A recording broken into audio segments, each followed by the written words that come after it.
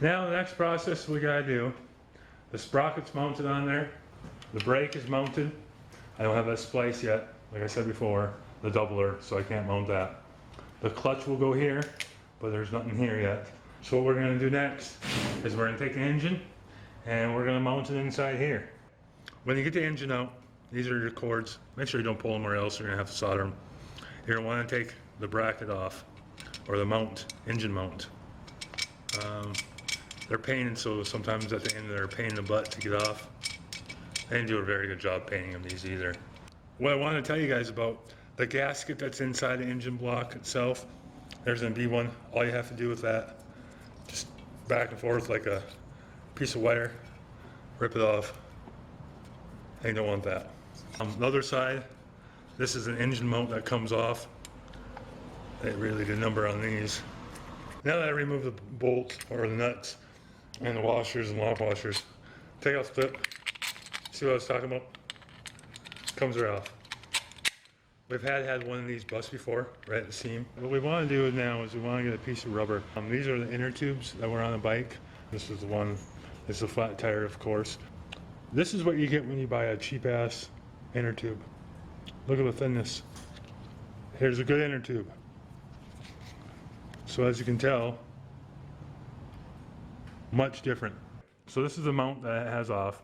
The rubber piece fits right in there like this. Voila, like so. That's a front of the engine. This is the front. This is the rear.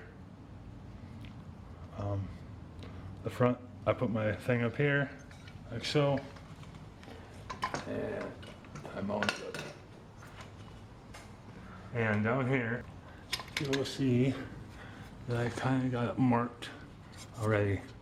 You want to push this down so it slips right down inside there, like so. What this rubber does is it takes away your vibration. Really want to make sure the vibration is down. What you're going to want to do is you want to try to keep this as level as you can. You don't want this to be way up here. The engine tilted. You don't want it to be way down here because of the derailleur bolts over here. With the engine, the clutch itself is going to come in and it's going to push, and you're going to want to have a clearance between here. The clutch will engage, but you'll be riding the clutch all the time. I did want to talk to you guys about the front bolts. This bike frame is thick enough. These are the stock bolts that came with the bike. These did not fit. As you can see, there's all the threads right there. And it's not even to the engine. There's the engine right there where it's mounted. So you still have probably that much that has to go in. So you ain't gonna be able to get your bracket on there and everything else. And so we gotta slap the brackets on. We'll put another piece of rubber right here. Then we'll use a washer, a lock washer, a nut, and some Loctite. We'll do it on both.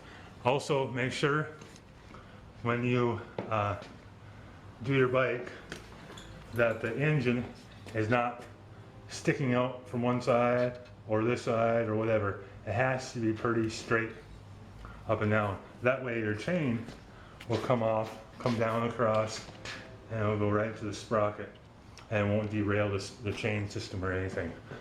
These ones are Loctite, washer, nut, lock washer, etc. The back one's done. The clutch, you can see it will engage and clear the bar now. That's the thing you want to make sure you do. Engine squared from top to bottom. It's nicely mounted on there. The rubber pieces are on there. So the next thing we gotta do is we gotta come back up here and install the clutch, and then we're gonna install the throttle.